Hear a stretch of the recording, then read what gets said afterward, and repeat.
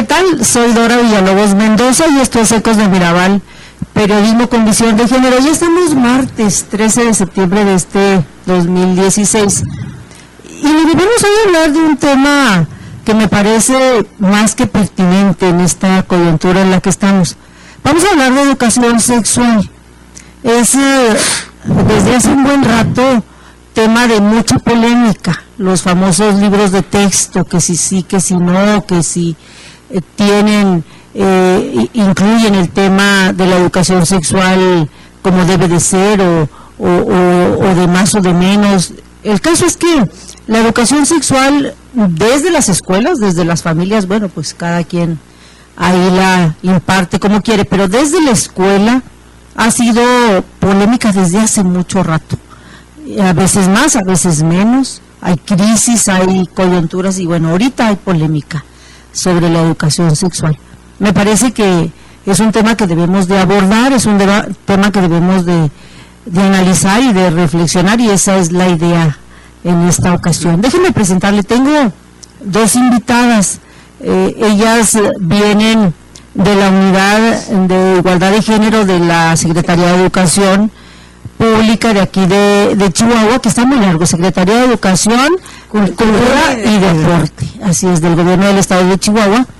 Las dos vienen de esta Unidad de Igualdad, Silvia Aguirre, la maestra Silvia Aguirre, la maestra María Esther Holguín, las dos de esta Unidad de Igualdad, que es una de las unidades de igualdad de género que funcionan desde hace un buen rato y funcionan bien, y bueno, pues es un tema obviamente que tiene interés para esta Unidad de Igualdad de Género.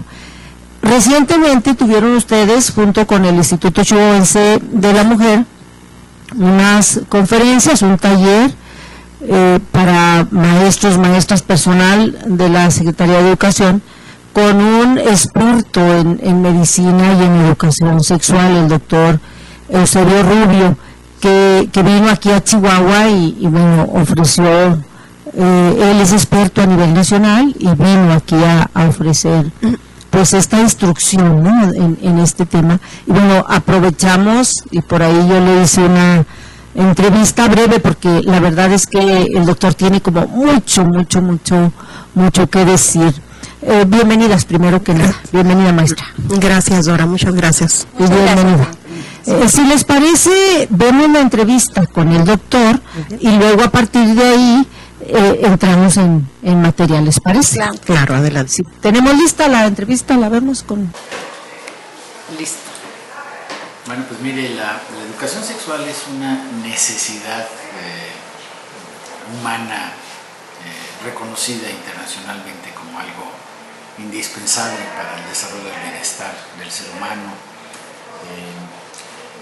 Y la razón de esa afirmación es relativamente sencilla. La vida sexual es una vida de relación, es una vida que implica la interacción de cuando menos dos seres humanos. Y no estoy hablando de que haya orgías, ni mucho menos, sino que cuando menos hay un ser humano que está con otro o que fantasea con otro, porque ni siquiera tiene que ser presencia, pero la presencia cuando menos simbólica está.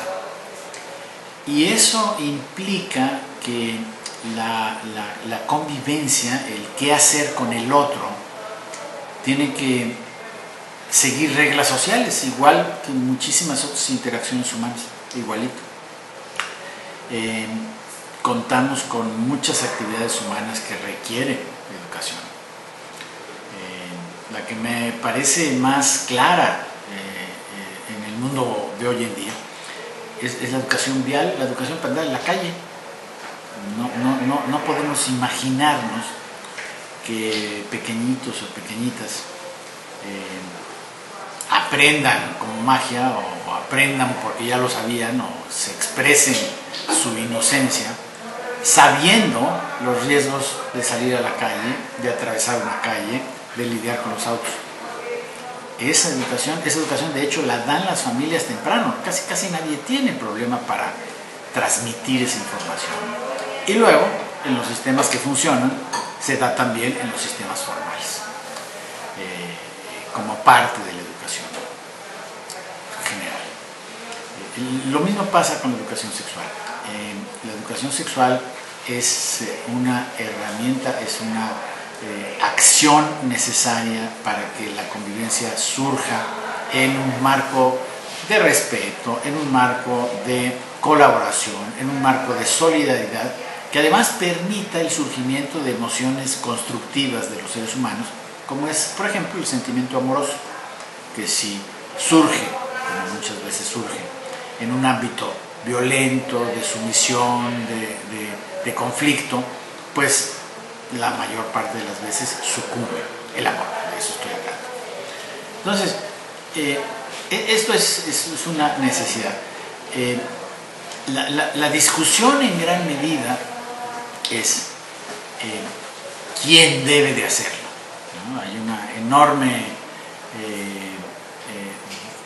digamos, no enorme, pero clara oposición a la intervención del Estado en esto, por considerar que la sexualidad es parte de la vida privada. Pero en primer lugar eso es falso. La privacidad de la sexualidad se rompe en el momento en que siempre hay otro u otra involucrado, cuando menos en fantasía. Ahí hay un error de concepción. Y en segundo lugar, el otro problema real es que los padres de familia y las madres de las familias con mucha frecuencia no se sienten capacitados, no se sienten listos para dar toda la información que es necesaria para dar información integral, una educación sexual integral, como se denomina acertadamente hoy en día. ¿Esto qué quiere decir? Quiere decir que para hablar de la educación de la sexualidad, lo que se necesita es dar un panorama actualizado, científico, fundamentado en la verdad y completo.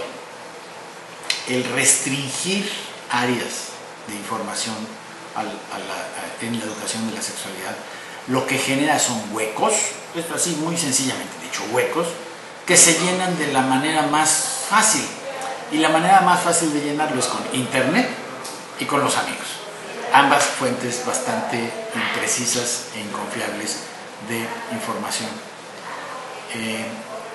La mayor parte de padres, y eso está medido en encuestas nacionales en México y en muchos países, sienten, y con alguna razón, de que no tienen toda la capacidad, la información como para cumplir este proceso, y están de acuerdo y aprueban y apoyan la intervención del Estado en la formación sexual de sus hijos.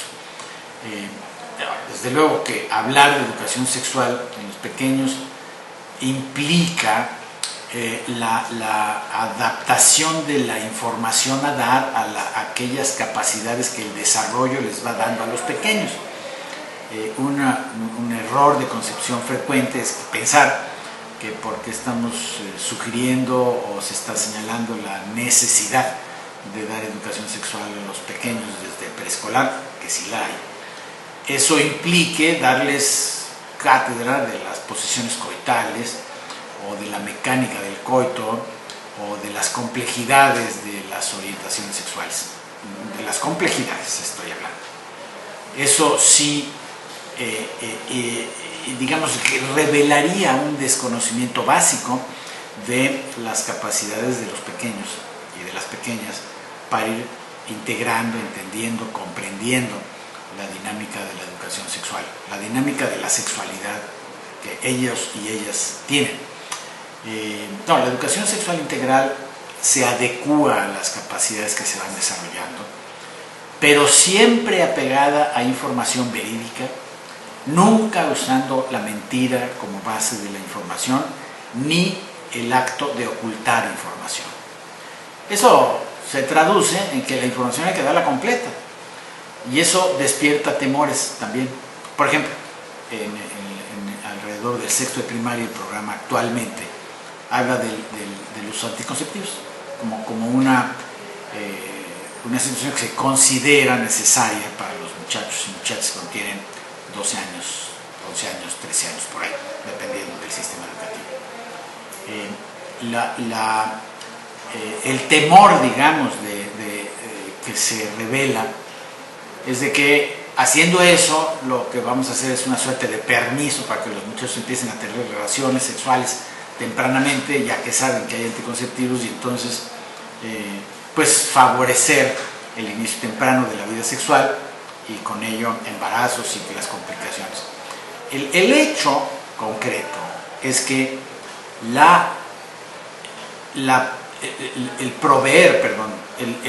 dar información de una manera clara, concreta, científica, fundamentada y completa. Completa de acuerdo al nivel de desarrollo, pero hay que afirmar, a los 12, 13 años ya hay que dar información completa, ya no hay que estarse escatimando nada. El que no lo quiera creer es cuestión de que se ponga a platicar o se meta a las pláticas que tienen los muchachos y muchachas para que se percate que a esa edad ya no hay ninguna necesidad de tener cuidado con contenidos.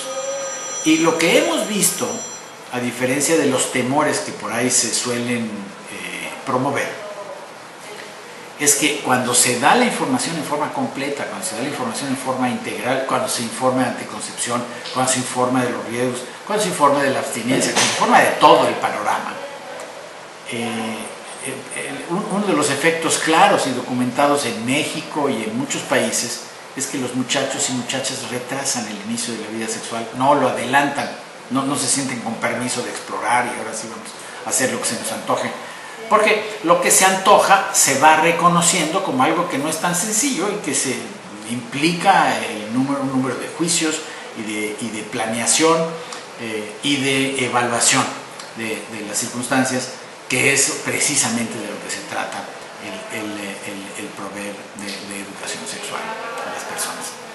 Desafortunadamente, la educación sexual integral se ha convertido en nuestros demonios que algunos grupos están atacando.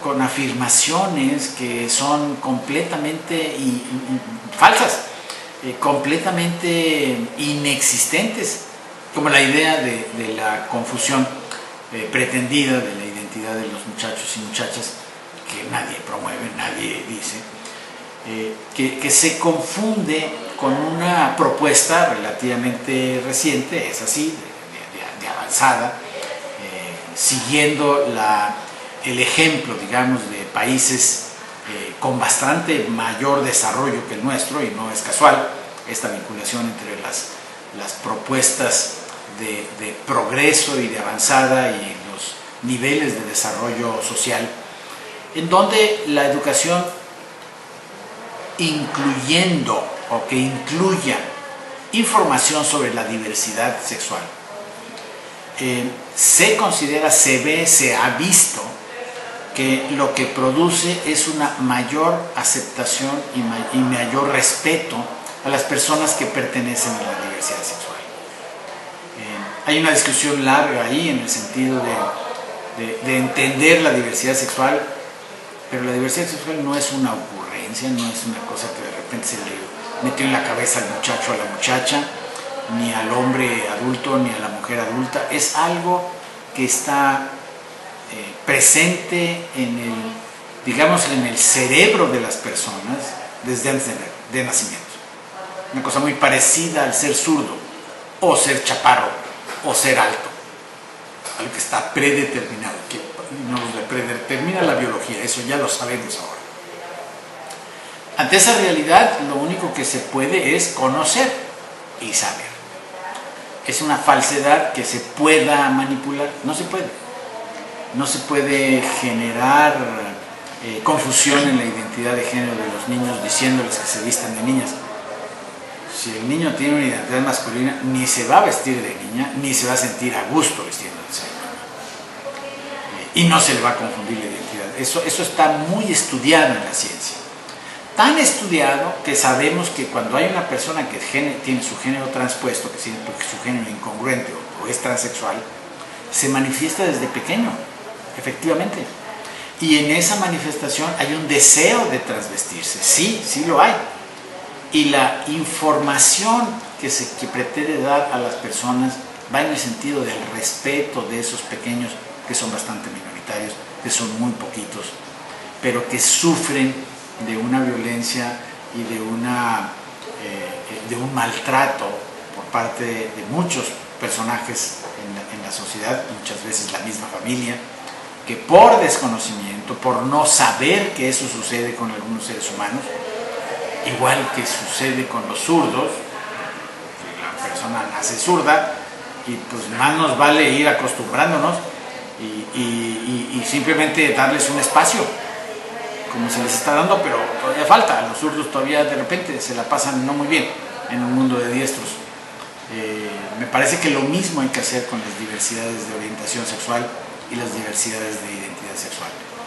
Pero la confusión entre la necesidad de dar esa información a los pequeños para que aprendan a respetar a los diferentes y la intención de confundir, me parece que es muy grave. Me parece que hay intenciones no claras en las afirmaciones que señalan que de lo que se trata es de confundir a los pequeños y a las pequeñas, o de lo que se trata es de negar las diferencias de los hombres y las mujeres, que ningún académico, ninguna persona enterada, educada en lo que no se llama ideología de género, se llama perspectiva de género, que es una metodología para entender la dinámica entre las personas de géneros distintos, existe, de manera que hay esta serie de afirmaciones que están generando angustia, generando dolor, generando temor y que no se sustentan en la realidad. Ya para terminar, en esta misma línea es el problema con los matrimonios igualitarios, que ya no tenemos tiempo de extendernos, pero una sola última afirmación. El supuesto ataque a la familia es un ataque fantaseado, porque nadie va a impedir a una persona que se quiera casar con una persona del otro sexo que se case, nadie. Y además, el ataque a la familia es una falacia, porque al contrario, de lo que se trata es de fortalecer a la familia, y de fortalecer a la familia heterosexual, y fortalecer a la familia, a las múltiples familias que se conforman con otras formas, las madres solteras, los padres solteros, las personas del mismo sexo que conforman una familia, las mujeres lesbianas, los hombres homosexuales, y que conforman unidades familiares que tienen todo el derecho de ser reconocidas y todo el derecho de ser fortalecidas. El supuesto ataque contra la familia es un invento de aquellos que no tienen la capacidad de ver más allá de sus fantasías o de sus temores. Y eso, pues esperemos que vayamos superándolo, de manera que en un tiempo pues nos acordemos de estas discusiones como nos acordamos de otras alrededor de estas diferencias de juicio respecto a la conducta sexual. Esperemos que esto suceda pronto y que no se genere más del sufrimiento que lleva promoviéndose tantas décadas y tantos siglos con las personas que son diferentes. Estas son las personas que son diferentes, pero todos los demás que no son diferentes y conforman la mayoría necesitan tener información para no estar explorando, inventando y cometiendo errores que se traducen en sufrimiento y que se pueden evitar fácilmente con la educación sexual. Ahí está esta entrevista con el doctor Eusebio Rubio. A mí me parece muy clara. Primero hay que decir que el doctor Eusebio Rubio es un experto en educación y en medicina sexual. Él es médico, pero tiene especialidad en el área educativa. Por eso le sabe mucho a la parte educativa, ¿no? Él encabeza una organización nacional que dan, por una parte, terapia sexual, asesoría de terapia sexual y educación sexual. Entonces, el señor, a mí me parece, maestras, que la exposición del doctor es como muy clara, primero, y a lo mejor de ahí podemos partir, y por qué es importante que venga él aquí a Chihuahua, o por qué ustedes lo invitan a que vino, qué hay que aprender y qué tiene que ver la unidad de igualdad de género en estos menesteres. Primero, lo que a mí me queda como claro en la exposición es, hay toda una discusión de quién imparte educación sexual. la familia queda claro que ahí no hay discusión, pero la familia, pero ¿qué tanta intervención debe tener el Estado desde la escuela? ¿Qué tipo de información? ¿Para qué sirve esta información? Y luego la última, que es una polémica también ahorita, incluir la diversidad sexual. Son como, digamos, los grandes así temas que, por donde ustedes quieren empezar la reflexión. A ver, ¿qué tal si empezamos por cuando se da la gran discusión en lo que después fueron los estados nacionales sobre quién debe educar? Y bueno, históricamente nos podemos ir muy atrás. Yo quisiera que no nos olvidáramos del siglo XIX y particularmente en nuestro país, en Latinoamérica, ¿no? Sobre aquella separación de Iglesia-Estado y aquella gran polémica de que incorpora el área liberal de nuestros líderes en aquel momento, y sobre la necesidad de que sea el Estado quien oriente la educación formal. Y hablo de la educación formal porque es aquella que tiene contenidos, que tiene un programa, que tiene propósitos, porque educación se da desde diferentes escenarios, con diferentes actores, ¿verdad? Desde aquel momento, en el siglo XIX, nadie puso en duda que la familia es una institución fundamentalmente educadora, socializadora. Es nuestra institución responsable de la primera socialización, y eso creo que ni va a estar en polémica, ¿no? Sin embargo, en aquellas grandes decisiones de para dónde se movía nuestro país, sí teníamos que pensar, y estoy hablando históricamente, en el tipo de pensamiento, de filosofía, de propósitos que como sociedad mexicana estábamos en aquel entonces construyendo, ¿no? Costó muchas discusiones. Luego, en la construcción de la Constitución de 1917, otra vez hubo grandes discusiones, y por ahí en la década de los 30, 40 del siglo XX, igual, ¿no? Y de todas ellas, como decía el doctor Eusebio, tenemos grandes enseñanzas.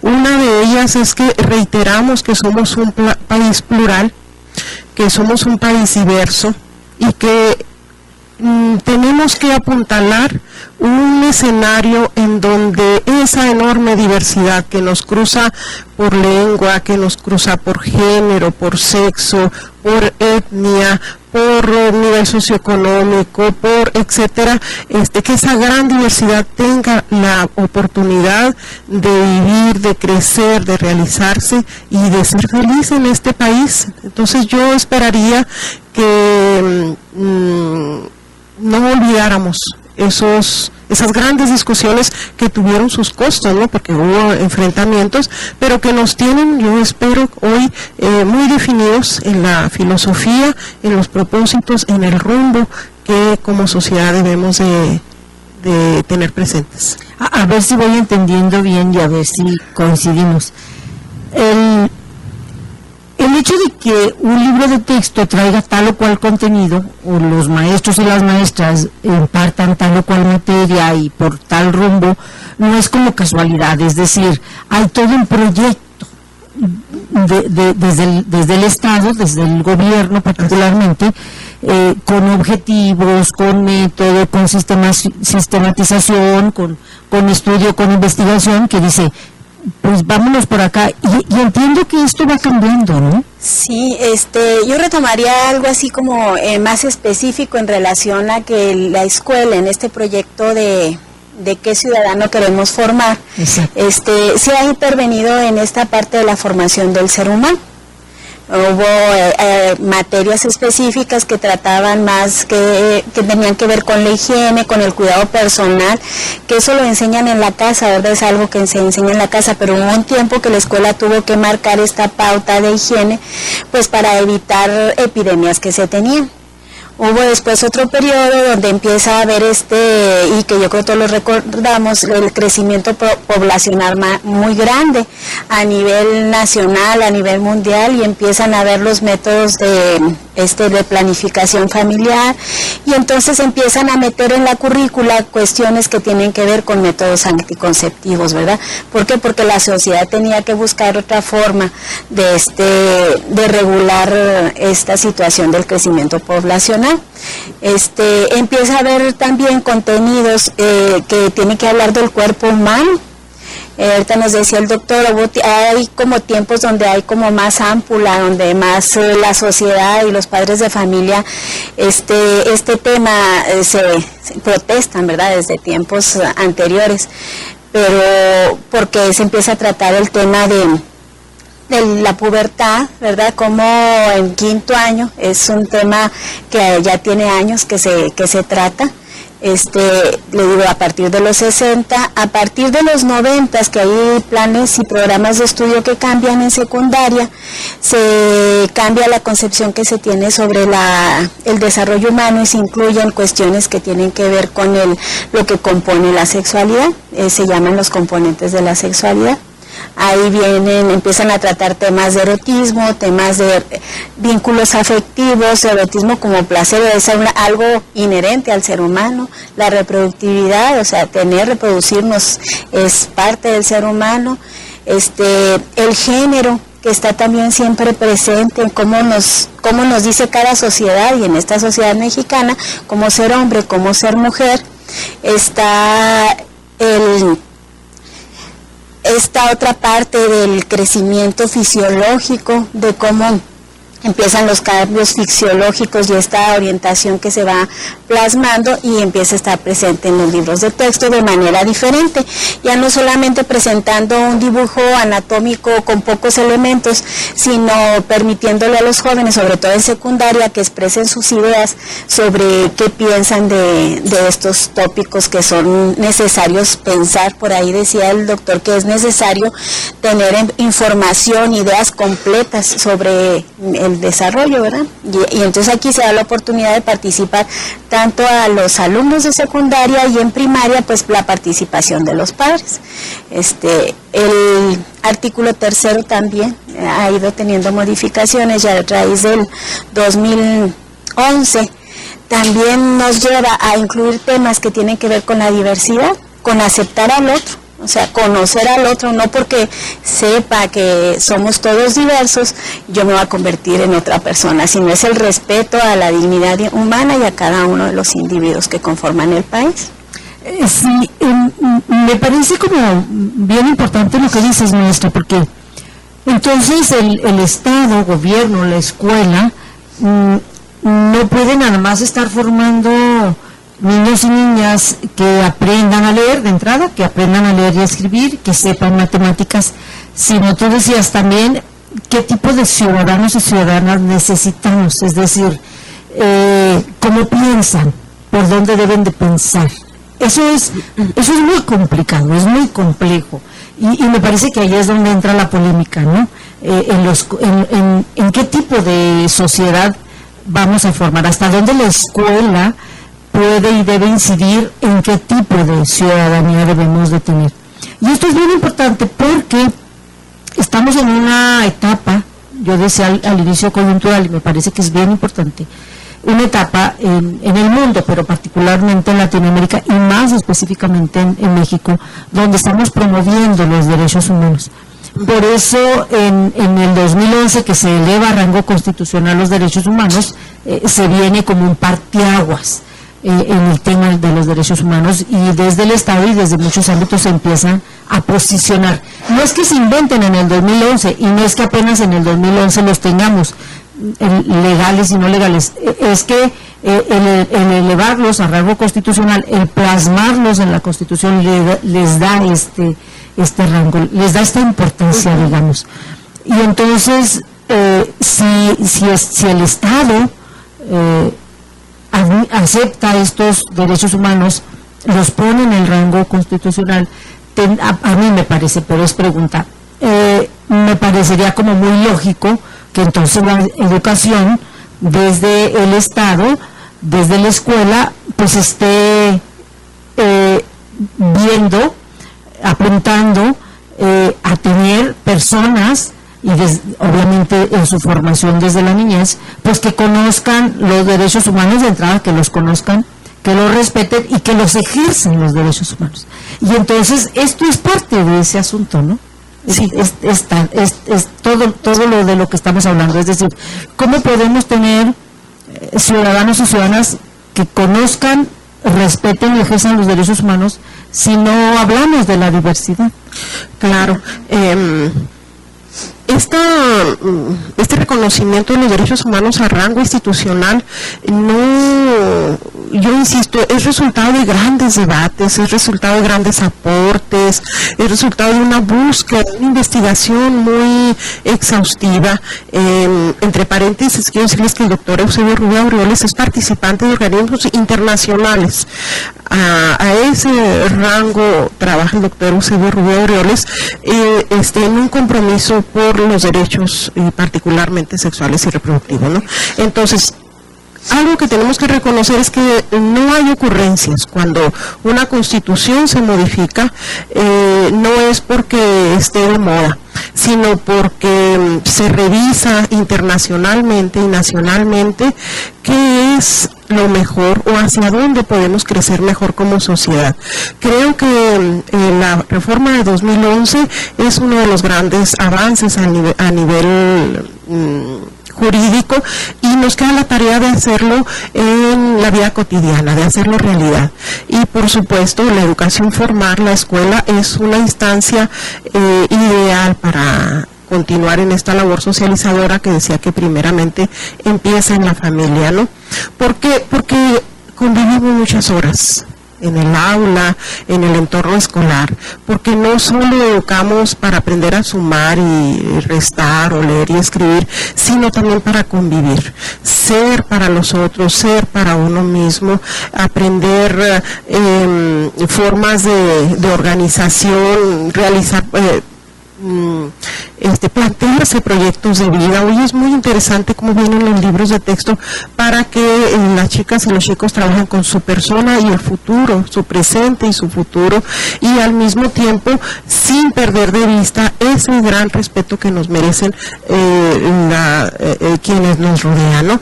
Y no debemos olvidar que pues todos somos diversos. O sea, ¿quién es la diversidad? Yo soy la diversidad. Eres la diversidad, quienes están en nuestra casa, cada una de las personas somos la diversidad, porque no habemos dos personas idénticas, ¿verdad?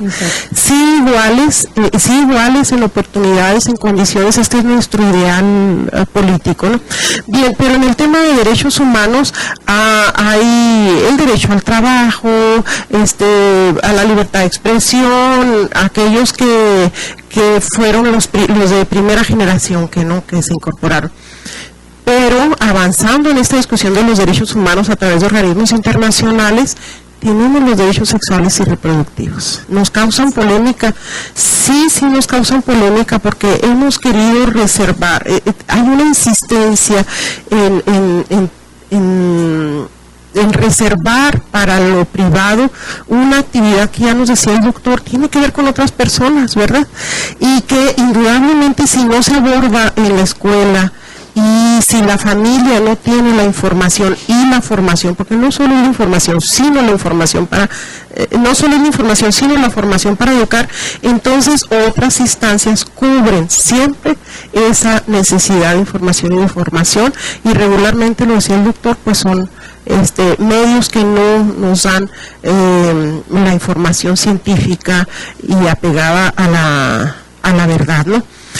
El tema de educación sexual ha sido polémico en la historia. Yo recuerdo que alguna vez revisé un artículo por ahí histórico, donde decían que en la década de los 30 padres de familia se oponían a que apareciera la reproducción de las plantas y de los animales, anticipando que si eso sucedía en ese momento, en la década de los 30 en México, después iban a poner la reproducción en los seres humanos, y eso no se podía permitir. Y bueno, hemos avanzado y seguimos avanzando. Uno tiene esta polémica. Miren, yo quiero que reflexionemos desde nuestras casas, con nuestras hijas y con nuestros hijos, y pensemos que el miedo no nos ha dado resultado. En los 60, yo hice la primaria en los 60, principios de los 70, había imágenes terribles de las infecciones de transmisión sexual, terribles.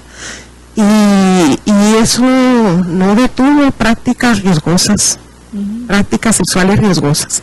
La investigación nos muestra que la mejor forma en que una nación puede educar en sexualidad es haciéndolo con claridad, con la verdad, con la ciencia por delante y sobre todo apegada a su etapa de crecimiento, ¿sí? Porque es parte de la polémica. Piensan que a los pequeñines de 4, 6 años, 8 años se le va a dar la misma información que a alguien que tiene 14, 13 años, 12. No, paulatinamente nos vamos acercando a esto que nos decía la maestra Esther, de educar en los afectos. Es muy importante identificar los buenos y los malos afectos. Por eso el doctor Eusebio Rubio vino a hablarnos del abuso sexual. Es una mala práctica, es una práctica delictiva, el abuso sexual, y la Comisión Nacional para creo que ahorita recuerdo bien el nombre, pero la comisión que sigue a las víctimas, que le da seguimiento a las víctimas, tiene estadísticas de las pocas que hay en el país que nos señalan que hay un abuso sexual infantil cada 25 minutos en el país. Entonces, ¿qué educación tuvieron los delincuentes? Que además regularmente, arriba del 90% son los tíos, son los familiares, son los cercanos, son los conocidos. Casi el 100% de los abusos sexuales infantiles se dan porque es una persona conocida y mayormente varón. Entonces, ¿dónde estuvo la formación sexual de esas personas? ¿Dónde estuvo la familia? ¿Dónde estuvo la escuela? Entonces, la mejor forma de evitar las violencias, de evitar los abusos, de evitar las frustraciones en el crecimiento es educación con mayúscula, pero educación no cualquiera, sino integral, no solo de orden coital, erótico, sino afectiva, en la reproducción, en la convivencia de hombres y de mujeres dentro de la sociedad. Fue un tema muy interesante y muy estrujante, nos puso ejercicios muy interesantes y creo que estamos seguras que las figuras educativas, las áreas técnico-pedagógicas de los niveles de educación se fueron muy motivadas y con información muy suficiente de inicio para empezar a abordarlo desde sus niveles. ¿Cuál es la práctica, cuál es la experiencia que ustedes conocen y que ustedes ven en la práctica diaria, en la cotidianidad, en la educación sexual? Porque efectivamente, yo recuerdo, desde quinto, a finales de los 60 me tocó, principios de los 70 ya en quinto, que de hecho teníamos, yo creo que en cada generación ocurre lo mismo, ya sabíamos que venían los dibujitos de la reproducción y todos y todas teníamos como una gran curiosidad por ver los libros, ¿no? En quinto, recuerdo perfecto. Sí. Es decir, desde hace mucho que hay educación sexual en los libros, no ha dejado de haber. Ha ido cambiando y siempre es polémico, y a veces la polémica a veces sube, a veces baja. Sí, así es. ¿Cuál es la experiencia en la cotidianidad en esta enseñanza de la educación sexual en las aulas a los muchachos y muchachas? Mira, a mí, viendo eso que desde temprana edad habrá que trabajar con las niñas y los niños lo que es la educación sexual, y sí se trabaja. A partir del programa de estudios de preescolar del 2004, se trabaja con los niños muchas actividades que permiten y facilitan a los niños que expresen sus ideas. Esa es una parte esencial, el lenguaje, el que puedas comunicar lo que sientes, lo que piensas. Y cuando tú permites al niño que hable de lo que piense, de lo que siente, lo estás educando en sexualidad, ¿verdad? Porque lo estás educando como persona. Y también se les trabaja cosas que son situaciones de riesgo. ¿A quién puedes confiar quién puede ser un secreto sano y un secreto no sano, porque también son estrategias que utilizan los abusadores, ¿verdad?, en cuanto al secreto. Entonces, el llevar a los niños este tipo de pláticas, de expresar lo que pienso y siento, de decir lo que le agrada y no le desagrada, el saber quién puede ser una persona confiable y quién no, es el primer espacio donde trabajamos sexualidad. Otra cosa que se trabaja es el cuerpo. Los niños cuando entran a preescolar, lo primero que empiezan a enfrentar un reto es con esta construcción de género, ¿verdad? Ya cuando, desde que nacen, pues ya estamos marcándolos por el género, que si ya sabemos que ya la ciencia nos permite saber que si va a ser niño o niña, y ya tenemos todo de rosa, todo de azul. Hay madres que dicen, ay, ¿lo oyes llorar? Llora, pero bien fuerte porque es niño. Ay, mira, tan delicado. Todas esas expresiones, ¿verdad? Entonces ya cuando llega, como nos decía Silvia, el primer espacio de socialización es la familia.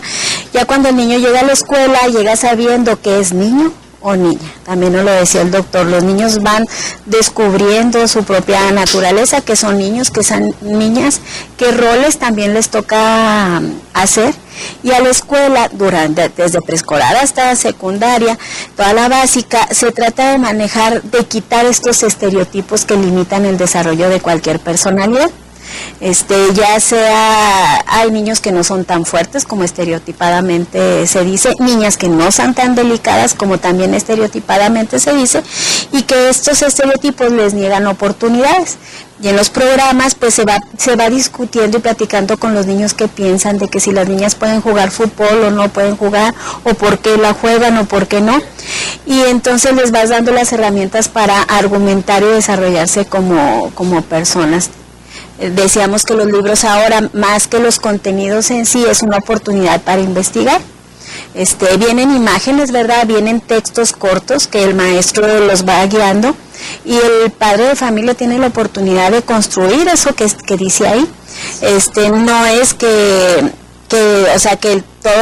todo sea por parte de la escuela. Hay ese toque de la familia según el proyecto de vida que tiene, que cada padre puede inculcar, pero son sus cuestiones personales, pero lo científico no lo puede evitar, ¿verdad? Lo científico es lo que le va a permitir tener esa barrera de protección para o abusos o para enfrentar la vida. Sí, lo que es un hecho, y eso yo creo que nadie lo puede negar, es que a muchas familias, yo no sé si a la mayoría, pero yo creo que todavía la mayoría, no sé si haya por ahí algún estudio en este sentido, pero les cuesta todavía mucho trabajo educar en la sexualidad a los niños y a las niñas. A los papás y a las mamás les cuesta trabajo sentarse y explicarles de esta manera que el doctor recomienda, de manera amplia, de manera clara, de manera detallada, de manera integral, porque en el fondo todavía nos falta un buen caminito para entender que la sexualidad ni es pecado, ni es marciano, que es y que no es necesariamente coito la sexualidad, que la sexualidad es una cuestión natural de la persona, y es tan amplia como esto que ustedes dicen, que sí tiene que ver con conocer nuestro cuerpo, identificar nuestro cuerpo, el entender lo que es el erotismo, pero llegar incluso a los afectos, ¿no? Todo esto, entonces es como muy grande. Y bueno, el asunto de los abusos, ¿no? Entonces es tan grande, y todavía los papás y las mamás no hemos llegado, por lo menos, a esta sociedad donde sea suficiente y donde la escuela puede decir, bueno, pues me brinco esa parte porque ya está súper cubierta, ya checamos y vimos como que no es necesaria, como que no la vamos a saltar porque hay otras cosas que necesitamos ver. Pues no, en realidad a mí me parece que lo que está haciendo la escuela es entrarle al quite, en gran medida, para informarle de mejor manera en el tema de la sexualidad a las criaturas. Yo no sé si vayamos bien o a juicio de ustedes todavía incluso falta más, no sé. Yo creo que resaltar eso que dijiste, Dora, muy importante. La sexualidad no solo es la parte coital, ni solo la parte erótica, y lo erótico no significa solamente la interacción con los órganos sexuales, ¿sí? Esto es muy importante porque en los libros de texto, yo he revisado los de quinto, los de sexto, pero no solo los de ciencias naturales, también los de cívica y ética, y vienen cruzados. O sea, si queremos ver la sexualidad solo en el contenido que tiene que ver con los aparatos reproductores y las características sexuales secundarias que van apareciendo en la pubertad, en la adolescencia, estamos muchos. Estamos otra vez nada más mirando la parte coital y reproductiva además.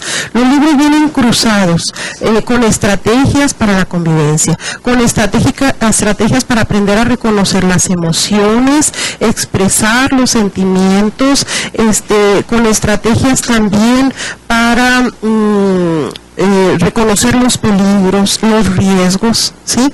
Entonces, así vienen también en otras asignaturas y cuando decimos educación integral de la sexualidad es porque no la podemos encasillar en una sola materia. Esa tiene que estar presente en las diferentes actividades y esta insistencia del enfoque del currículum de motivar a que las actividades de la escuela se vayan también relacionando con las actividades en la casa es muy importante. O sea, la investigación, las preguntas, la interacción del niño o de la niña con la familia que está en casa para ir saliendo de dudas. Esto es ir reconociendo y dándole su lugar al derecho que tiene toda familia en educar a sus hijas y sus hijos. Y bueno, pensemos que aquí estamos adultas de una generación o más o menos parecida.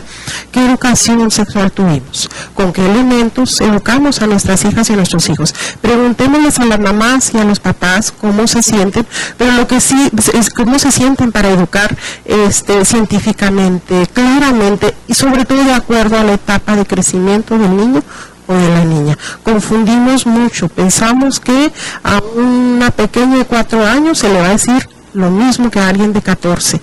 Esto indudablemente quien está al frente del aula sabe que no es posible, pero quien no está al frente del aula, que tiene otras actividades, otras profesiones, otros trabajos, fácilmente puede tener esta confusión en su pensamiento.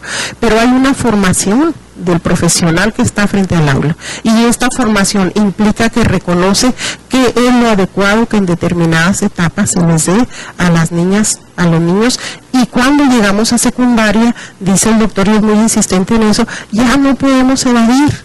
Las chavas y los chavos saben un sinfín de cosas. Miren, yo interactúo con un jovencito de 13 años y medio, mi nieto, y hablábamos de ciertas cosas, y le digo, fíjate que en Finlandia les enseñan a ponerse el condón a los 13 años.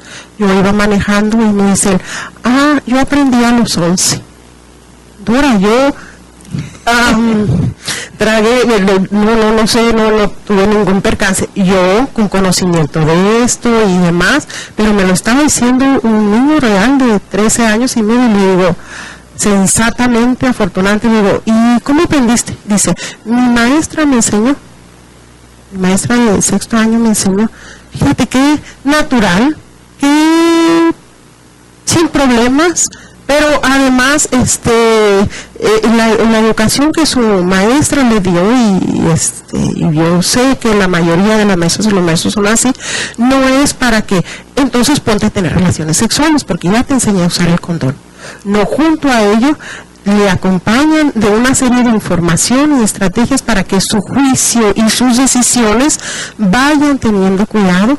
Y es cierto, a medida que se tiene mayor información, se retarda más el inicio de la vida sexual, contrario a lo que pareciera que estamos buscando con la polémica, ¿verdad? Que si no hablamos, que si no informamos, que si no lo tocamos, entonces no van a iniciar la sexualidad. Pues fíjense que estamos cerrados, la van a iniciar y con mayores riesgos. Esto que dice, y que era lo que decía el doctor, a mí me llama mucho la atención, y pensándolo bien, pues suena como hasta cierto punto lógico, ¿no? Es decir, si yo, una niña o un niño entienden los riesgos, los alcances, las implicaciones de una relación sexual, pues no se van a querer meter en lío. Para empezar, por ejemplo, algo que a esta edad nos parece tan lógica, pero que en esa edad, si no está la información completa, no es lógico. Por ejemplo, las niñas o los mismos niños, pues de que se pueden embarazar.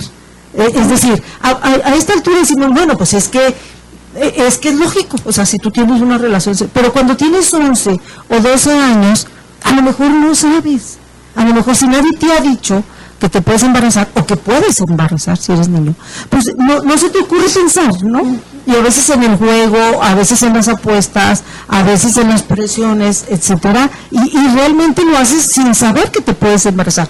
Amén de todas las enfermedades de transmisión sexual que puedes adquirir, y es que de verdad no lo sabes a esa edad, puede ser si no tienes la información integral. Ahora, si tú tienes toda esta información integral, si tú sabes que te puedes embarazar, que puedes adquirir el VIH, sífilis, etcétera, etcétera, etcétera, etcétera, caray, pues suena lógico algo muy importante, pero también algo muy importante, si trabajamos el proyecto de vida o el plan de vida es de tener su adulto y decir, sí, pero yo en la vida quiero hacer, estudiar, ir, viajar, qué sé yo, una serie de realizaciones, y entonces eso cobra otra dimensión y dice, me espero.